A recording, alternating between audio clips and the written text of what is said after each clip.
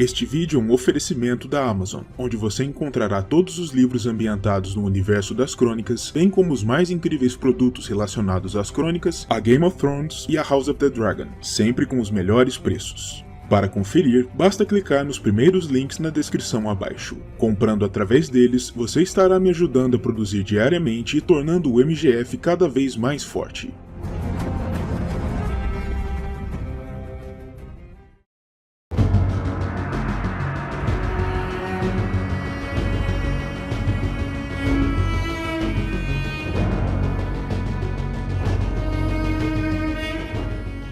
Após a condenação que se abateu sobre Valíria, o mundo conhecido mergulhou no mais absoluto caos e o século de sangue, um período no qual os homens se tornaram predadores e presas, se instaurou.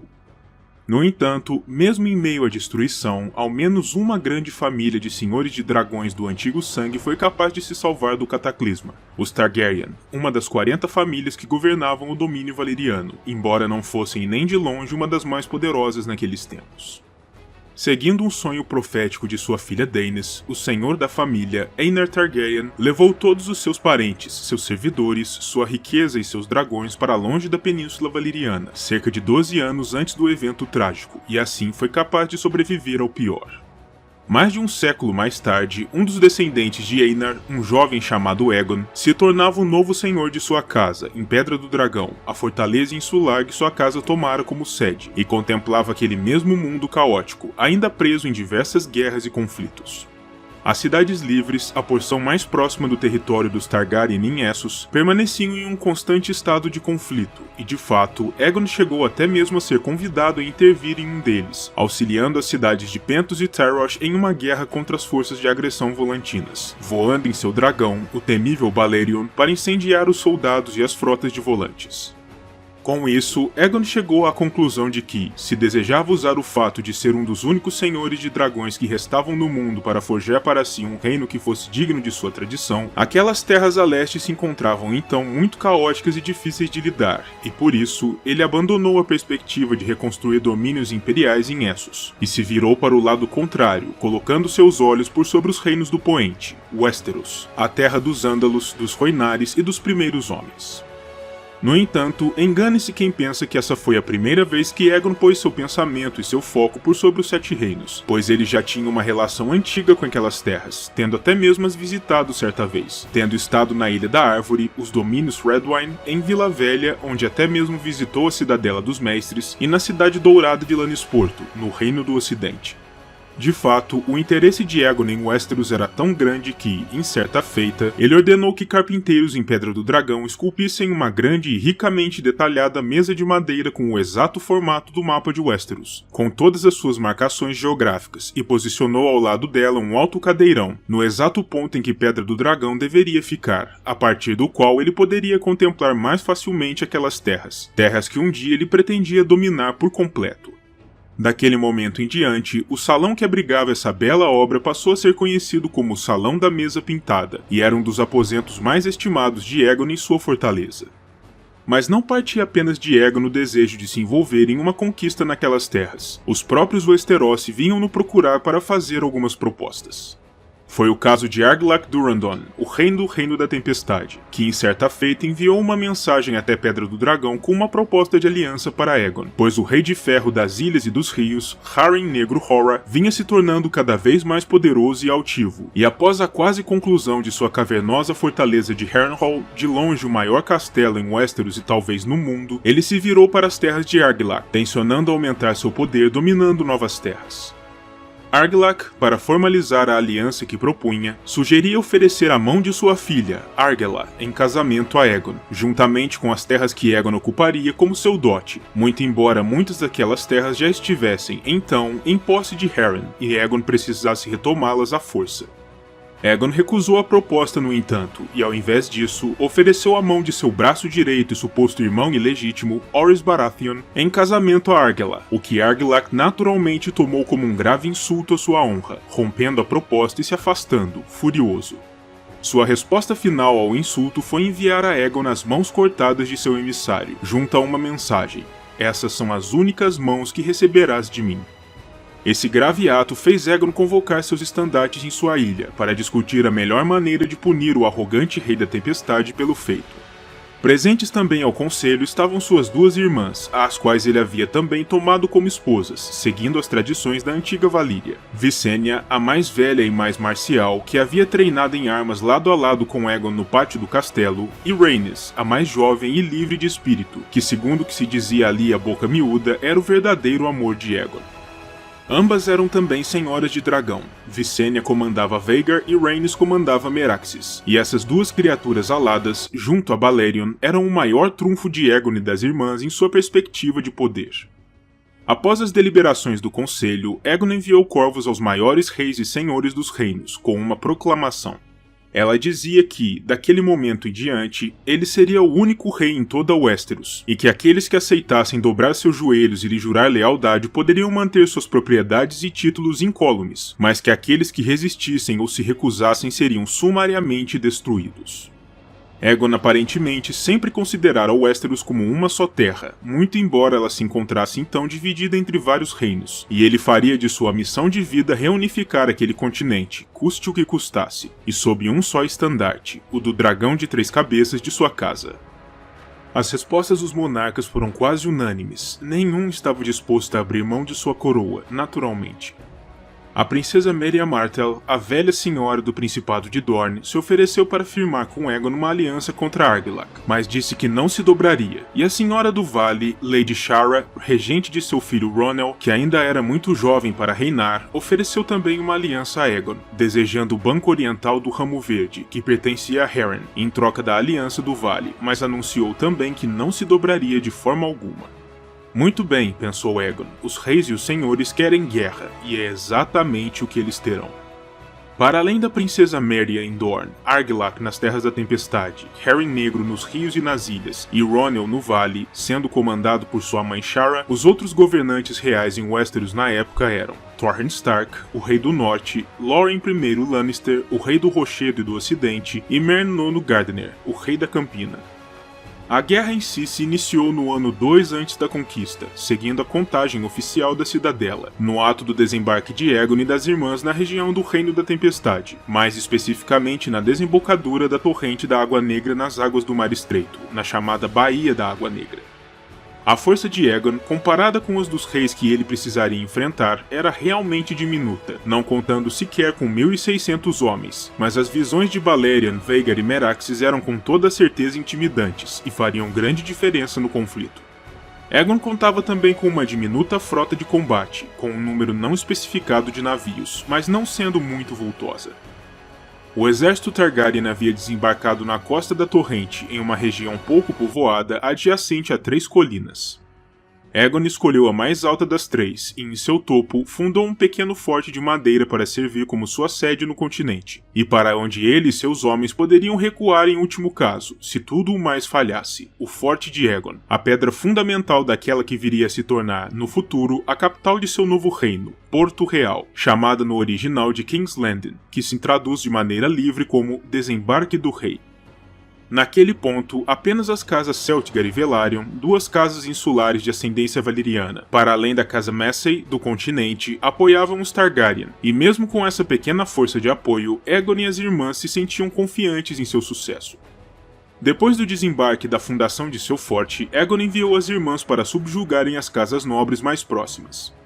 Enquanto Rhaenys partiu até Rosby, onde a casa Rosby se rendeu rapidamente, Visenya voou até Stokeworth, onde a casa de mesmo nome também se rendeu, depois que Vhagar inundou o teto da fortaleza com um pouco de seu fogo, chamuscando-a apenas como um aviso.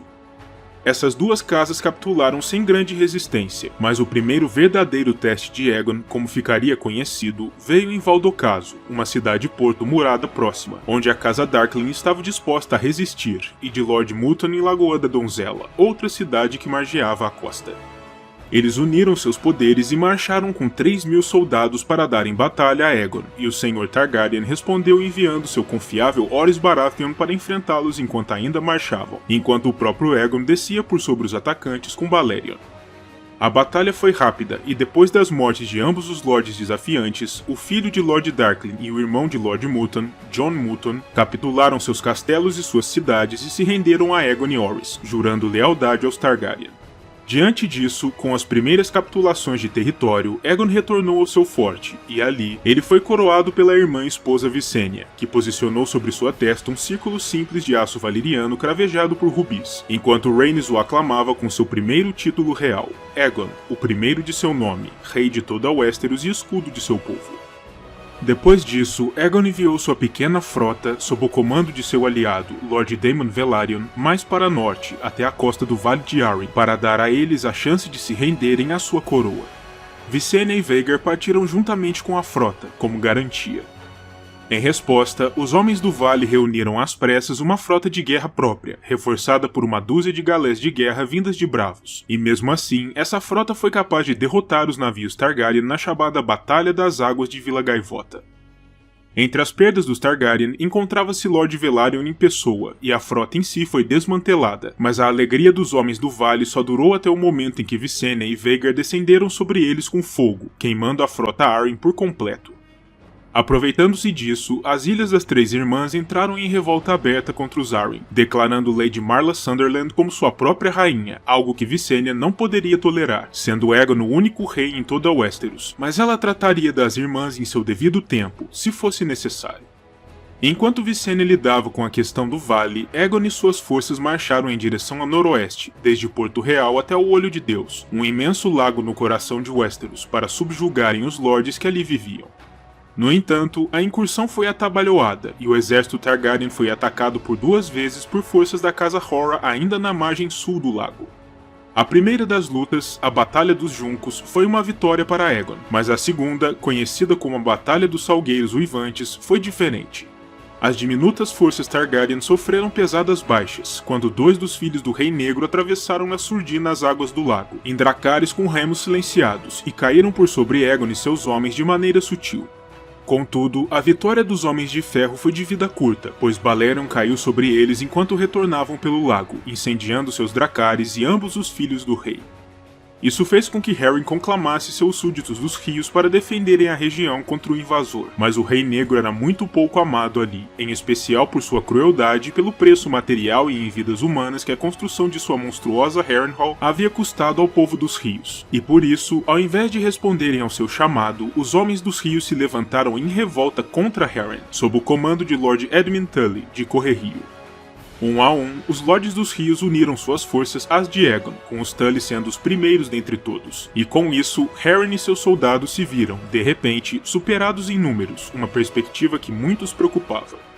Sendo assim, Harren decidiu simplesmente recuar para dentro de sua monstruosidade, acreditando que o maior e mais poderoso castelo do mundo seria mais do que suficiente para manter afastados Aegon e os seus. E seu raciocínio tinha mérito, pois de fato, nenhum exército de terra no mundo seria capaz de fazer frente às poderosíssimas muralhas de Harrenhal. Mas o que estava diante dele não era um exército qualquer. O que se encontrava em frente às muralhas do castelo era um filho de Valíria, um descendente do antigo sangue, junto à sua criatura alada imensa e terrível, e portanto, as perspectivas do invasor eram muito superiores às de um homem qualquer. Mesmo assim, Aegon decidiu tentar uma outra solução, uma saída diplomática, antes de investir contra Harrenhal. Ele confrontou Harren diante de seus cavernosos portões, empunhando um estandarte de paz, e ali eles trocaram algumas poucas palavras. Aegon disse: "Renda-se agora, e vós podereis permanecer como senhor das Ilhas de Ferro. Renda-se agora, e vossos filhos viverão para governar depois de vós. Eu tenho 8.000 homens estacionados fora de vossas muralhas." A resposta de Harren, sempre arrogante e seguro de si, foi: "O que está fora de minhas muralhas não é de minha preocupação. Estas muralhas são fortes e grossas, mas não tão altas para manterem os dragões fora. Dragões voam." Foi a resposta de Aegon a isso. Harren então emendou: "Eu construí em pedra. A pedra não queima." Diante do que era obviamente uma recusa, Aegon disse apenas: "Ao cair do sol, vossa linhagem acabará." O homem que vinha se tornando conhecido rapidamente como o Conquistador então se virou e retornou para junto de suas forças. Tal como havia prometido, ao cair da noite, Aegon e Balerion ganharam os céus e descenderam por sobre a grande Harrenhal. O Conquistador sabia que Harren e seus filhos sobreviventes estariam enclausurados na maior das 5 torres, a torre construída para abrigar os aposentos reais, bem em meio ao complexo, e por isso, foi lá que ele concentrou as lufadas de chamas de Balerion. E ao contrário da previsão de Harren, o fogo do dragão negro ardeu com tanta intensidade que o topo da estrutura de pedra começou a derreter, caindo em ângulo, e naturalmente, todos os que estavam lá dentro queimaram também, incluindo Harren negro e todos os seus descendentes. Tal como Aegon vaticinara, a linhagem Hora fora encerrada de uma só vez. No dia seguinte, Aegon aceitou um juramento de lealdade de Lord Edmund e o declarou como Senhor Supremo do Tridente, tornando as terras fluviais livres do domínio dos Homens de Ferro uma vez mais, e tal notícia foi recebida com grande celebração pelos Homens dos Rios, que também juraram lealdade a Aegon. As espadas derretidas dos homens de Harren Negro foram então enviadas para o forte de Aegon, e o Conquistador partiu então para continuar sua guerra. Enquanto Aegon lidava com os Homens de Ferro, a maior parte de suas forças tinha partido para outra direção, marchando para sul para atingir em Ponta Tempestade, a fortaleza sede da monarquia Durrandon. Aegon naturalmente não havia esquecido a afronta de Argilac, e pretendia além de tudo ter sua vingança. Para isso, ele havia enviado seu braço direito, Orys Baratheon, juntamente com sua esposa Rhaenys, montada em Meraxes, para dar batalha aos Homens da Tempestade. Argilac, ao saber da aproximação das forças de Aegon, naturalmente conclamou seus vassalos para a guerra. Nesse sentido, os Lords Arrow, Fel e Buckler, vassalos da Tempestade, surpreenderam os Targaryen em marcha, atacando-os com técnicas de guerrilha, atingindo a força marchante pelos flancos e pela retaguarda antes de recuarem para as profundezas dos bosques circundantes, que eles conheciam bem.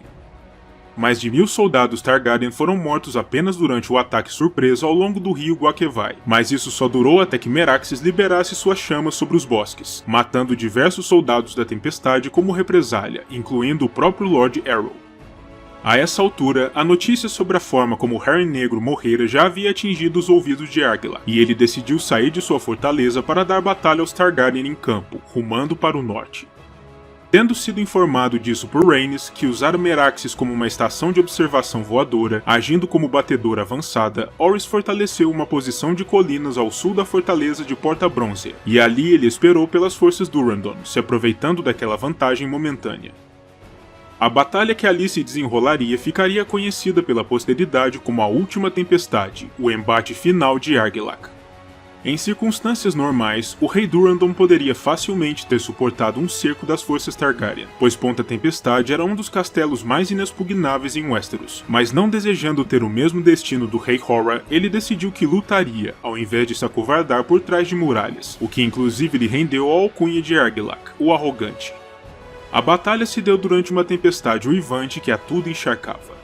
Os cavaleiros Durrandon foram capazes de quebrar a linha defensiva armada por Orys na sua terceira carga, mas então Rhaenys e Meraxes caíram por sobre eles, incendiando-os e fazendo-os recuar. O fogo da dragão também liquidou a guarda pessoal do rei, que caiu de sua cela e foi forçado a continuar a lutar apeado.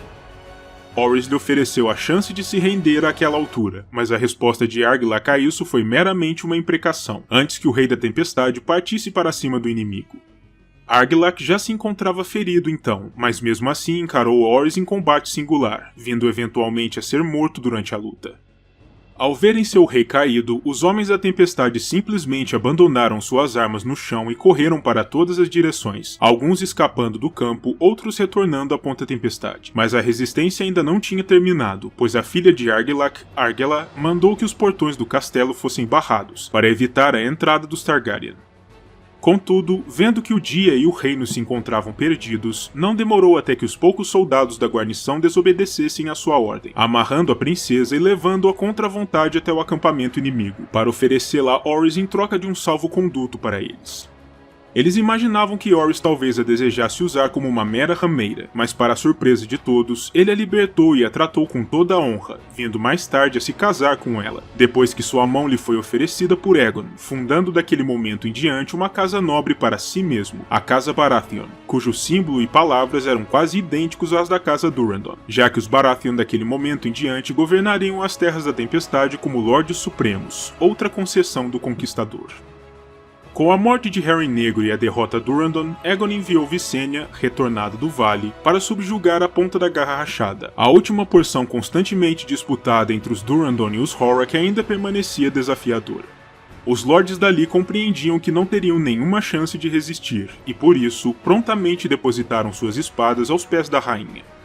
Visenya, por sua vez, os tomou como vassalos pessoais, anunciando que os lordes da região não deveriam lealdade a nenhum Lorde Supremo, mas ao Trono de Ferro diretamente, sendo subordinados diretamente aos Targaryen, o que estaria na gênese da fundação das Terras da Coroa, a porção dos reinos que não pertenceria a nenhum grande lorde, mas aos Targaryen no trono, pagando suas obrigações e prestando seu respeito ao trono dali em diante.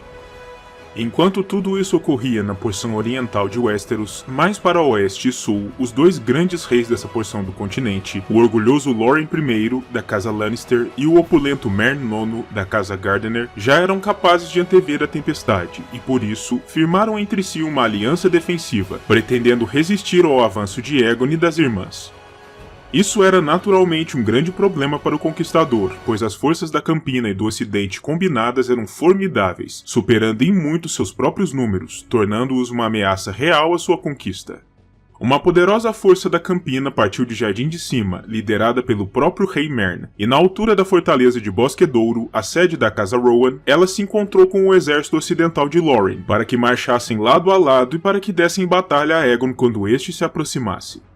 Juntos, esses dois reis comandavam a maior e mais poderosa hoste que Westeros já havia visto, um exército de mais de 55 mil soldados, incluindo aí mais de 5 mil cavaleiros armados e couraçados, uma força irresistível em terra. Com a confiança alta e o desejo ardente de se livrarem logo da ameaça aos seus domínios, os reis não se demoraram em Bosquedouro e partiram pouco depois em direção a norte.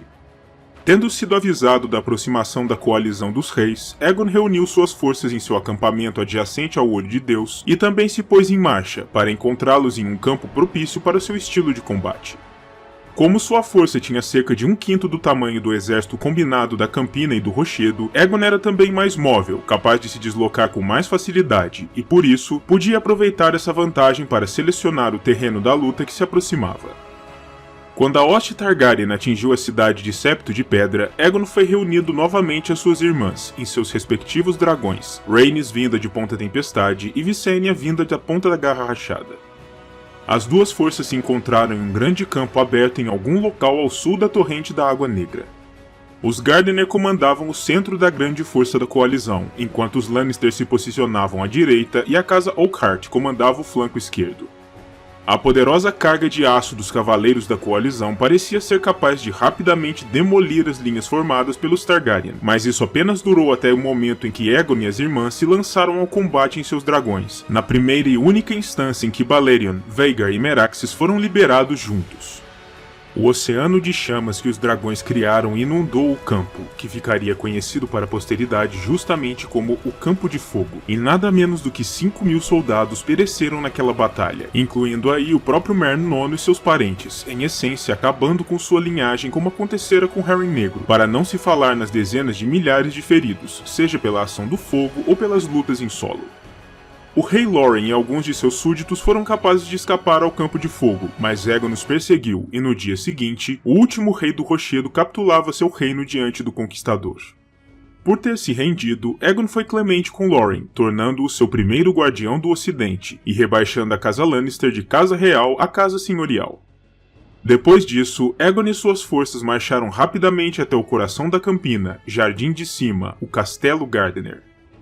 A fortaleza estava sob o poder do intendente dos Gardener, Harlan Tyrell, que o rendeu sem nenhuma resistência, e por conta dessa atitude, Aegon o nomeou como seu novo senhor da Campina, elevando a casa Tyrell à condição senhorial, e garantindo a Lord Harlan o título de Protetor do Sul, para além de Marechal Supremo do Mander. O próximo passo do conquistador em seu planejamento era o de assegurar as terras mais a sul, Vila Velha, a Torralta, a Ilha da Árvore e, finalmente, Dorne. Mas ainda em Jardim de Cima, ele recebeu uma notícia preocupante. Torrhen Stark, o Rei do Norte, marchava naquele momento em direção ao sul, à frente de um poderoso exército nortenho, também disposto a resistir ao seu avanço. A força de Torrhen, de mais de 30 mil homens, havia cruzado o Gargalo e se encaminhava para invadir as terras fluviais, terras estas que Aegon já havia pacificado. Por isso, em resposta, e diante das perdas que haviam sofrido no Campo de Fogo, Aegon e as irmãs conclamaram os senhores e cavaleiros que já haviam capitulado diante deles para que marchassem uma vez mais. Quando a força nortenha chegou às margens do Tridente, ela encontrou uma força Targaryen com metade do seu tamanho ao sul das águas, que incluía homens dos rios, da campina, das terras ocidentais e das terras da tempestade. Diante dessa força menor, alguns lordes nortenhos desejavam atacar imediatamente, enquanto outros pregavam a cautela, desejando recuar sem dar batalha aos Targaryen e fortalecer Fosso Caelin, a histórica fortaleza que protegia o gargalo das forças do sul havia milênios. Por outro lado, o meio-irmão bastardo do rei Torrhen, Brandon Snow, foi mais ousado e se ofereceu para assassinar os dragões do Conquistador sorrateiramente durante seu sono. Torrhen, no entanto, tinha Harrenhal e o Campo de Fogo em mente, e ao invés de autorizar um ataque ou o ousado plano de Snow, enviou o bastardo com um grupo de mestres até Aegon para negociar termos de paz. No dia seguinte, diante das forças de ambos os lados, Torrhen Stark se ajoelhou diante do Conquistador, capitulando seu reino e sua coroa diante de Aegon, que por sua vez foi de novo clemente, declarando Torrhen como seu primeiro senhor de Winterfell e guardião do norte. Por conta disso, Torrhen Stark ficaria conhecido pela posteridade como o Rei que Ajoelhou. Enquanto isso, em resposta aos sucessivos sucessos dos Targaryen em campo, a regente do vale, Lady Shara, que governava em nome de seu pequeno filho Ronel, ordenou que Vila Gaivota e o Portão Sangrento fossem fortalecidos e guarnecidos, confiante de que o caráter intransponível do vale os protegeria dos assédios de Aegon. Ela também triplicou as guarnições das 3 fortalezas que protegiam o caminho até o Ninho da Águia, sua sede, para proteger seu filho e seu assento. Ao mesmo tempo, ela tentou uma solução diplomática para a questão, oferecendo a Aegon um contrato nupcial em troca da paz entre seu reino e o Reino do Vale, se ele nomeasse Ronel como seu herdeiro, mas a proposta foi recusada. Apesar disso, Lady Shara ainda se sentia confiante, mas sua confiança só durou até o momento em que Visenya retornou ao vale, voou por sobre seu bloqueio nos Portões Sangrentos e pousou diretamente no pátio do ninho. Desesperada, Lady Shara correu até a fortaleza no topo da montanha para resgatar seu filho, apenas para encontrá-lo tranquilo e feliz, sentado sobre o colo de Visenya, lhe falando animadamente. O menino pediu à mãe que lhe permitisse voar em Vhagar com a Conquistadora, e Visenya elogiou a beleza do jovem menino para a mãe, deixando apenas subjacente sua ameaça. Shara deveria se render, ou todo o vale pereceria sob o fogo da grande dragão de Visenya. Shara, diante disso, não teve outra escolha senão capitular, e Ronel conseguiu seu voo no dragão. Com isso, o vale foi formalmente incorporado ao reino Targaryen, e Ronel foi declarado como o primeiro senhor da região e guardião do leste. Enquanto Visenya subjugava o vale, Rhaenys partia para o extremo sul, até Dorne, onde pretendia voar até Lança Solar e confrontar a idosa senhora da região, a princesa Meria Martell. Tal como fizera sua irmã mais velha, Rhaenys simplesmente voou por cima das forças dornesas estacionadas no Passo do Príncipe e no Caminho dos Ossos, ignorando-as, e então se encaminhou para o coração do poder Martell. Ao pousar em Vila Tabueira, próxima à Lança Solar, Rhaenys encontrou apenas mulheres e crianças, pois todo o efetivo masculino estava mobilizado, e em Lança Solar em si, ela achou apenas silêncio, caminhando pelo salão principal para se deparar com a própria Meria Martell, sozinha, sentada sobre seu trono. As duas mulheres trocaram algumas poucas palavras, com Meria afirmando de maneira categórica que "Eu não lutarei com você, mas também não me ajoelharei. Dorne não tem rei. Diga isso ao seu irmão." Rhaenys a isso respondeu: "Eu direi, mas nós retornaremos, princesa, e da próxima vez viremos com fogo e sangue." A resposta da princesa dornesa foi: "Vossas palavras, as nossas são insubmissos, não curvados, não quebrados. Você pode nos queimar, minha senhora, mas nunca nos dobrará, nunca nos quebrará ou fará com que nos verguemos. Isto é Dorne. Vocês não são bem-vindos aqui. Retornem por seu próprio risco." Diante disso, Rhaenys se virou sem dizer mais uma palavra, partiu até o pátio do castelo, montou Meraxes e se foi. A rainha havia sido calada, mas ela retornaria, tal como havia prometido. O último grande ato no contexto da Guerra de Conquista do Continente foi a tomada da maior, mais rica e mais importante cidade em Westeros, Vila Velha, a sede dos opulentos e poderosos Hightower e o assento da Fé dos Sete no continente. Quando as forças de Aegon se avizinhavam, o Alto Septão se trancou no septo estrelado por 7 dias e 7 noites, orando e procurando pela orientação dos deuses sobre qual seria o melhor caminho a se seguir. Supostamente, disse que, no 7º dia de orações, a velha levantou sua lâmpada que indicava o futuro e mostrou ao Alto Septão que Vila Velha queimaria se tentasse resistir ao Conquistador, e a partir dessa visão, o que eles deveriam fazer se tornou claro. Aconselhado pelo Alto Septão, Lord Manfred Hightower, o senhor da cidade, decidiu não se opor a Aegon, embora ele tivesse, por si mesmo, poder suficiente para isso, e ordenou que os portões de Vila Velha fossem abertos ao Conquistador, que adentrou a cidade como o grande comandante militar que de fato era, para encontrar Lord Manfred, que cavalgou até ele e se submeteu, rendendo sua cidade e seus domínios e sendo, em troca, reafirmado em sua autoridade como Senhor da Torralta, agora sob o poder dos dragões. 3 dias após sua entrada na cidade, Aegon estava no septo estrelado, onde o Alto Septão o ungiu com os 7 olhos sagrados da fé, colocou sua coroa de aço valiriano sobre sua cabeça e o proclamou, por fim, como Aegon, o primeiro de seu nome, o primeiro rei dos Ândalos, dos Rhoynares e dos primeiros homens, senhor dos 7 reinos de Westeros e protetor do território.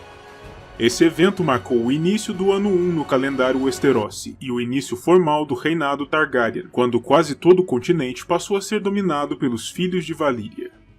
Sendo agora oficialmente o rei de 6 dos 7 reinos aos quais se propusera controlar, com a notável exceção de Dorne, Aegon anunciou a todos que não governaria a partir de Pedra do Dragão ou de Vila Velha, como seria de se esperar, mas que retornaria ao seu humilde forte de Aegon, rente à torrente da Água Negra, e que faria dali sua sede real. Outro ato do Conquistador para celebrar e cimentar sua conquista foi derreter, com o fogo de Balerion, 1000 espadas de seus inimigos caídos, forjando a partir delas o trono no qual iria se sentar, o Trono de Ferro, o símbolo máximo de sua conquista por sobre os reinos. Disse que o número exato de espadas usadas na forja do trono é incerto e que quase com toda certeza é superior a 1000, mas esse foi o número que passou adiante nas lendas. O Trono de Ferro seria um símbolo permanente da submissão dos inimigos dos Targaryen ao seu poder, mas seria, ao mesmo tempo, um perigoso lembrete a todos os monarcas que nele se sentassem de uma crença pessoal de Aegon. Ele acreditava que nenhum rei jamais deveria se sentar confortavelmente, e devia se manter sempre alerta, ou corria o risco de simplesmente perder seu poder, ou coisa pior. Assim, as farpas e os fios ainda afiados das lâminas do trono seriam um lembrete permanente a todos aqueles que nele sentassem, do preço e dos custos do poder real. Os últimos atos do Conquistador no contexto da guerra foram a supressão de uma revolta nas Irmãs, perpetrada por Visenya, e a invasão das Ilhas de Ferro, o domínio dos Horra, que havia caído no caos com a morte de Harry Negro. No ano segundo, Aegon e suas forças invadiram as ilhas, derrotaram com facilidade os nascidos no ferro, encerraram seu costume antigo e os forçaram a se submeter, embora o Conquistador lhes tenha permitido escolher não o seu rei, como faziam até então, mas sim seu novo Lorde Suzerano. Os Homens de Ferro escolheram Lord Vickon, da Casa Greyjoy, e essa casa foi desde esse momento a Senhora do Arquipélago. Dorne, por sua vez, permaneceria desafiadora por anos a fio, e Aegon e as irmãs apenas voltariam seus olhos para essa questão no ano 4º, com o início da primeira das Guerras Dornesas, mas esse é um tema que cobri melhor em um vídeo próprio no canal, cujo link estará na descrição abaixo. O fato era que a conquista estava consolidada, o novo reino Targaryen formado, e o futuro da casa parecia assegurado, com os descendentes do grande Império Valiriano reinando incontestes nas terras do Pôr do Sol.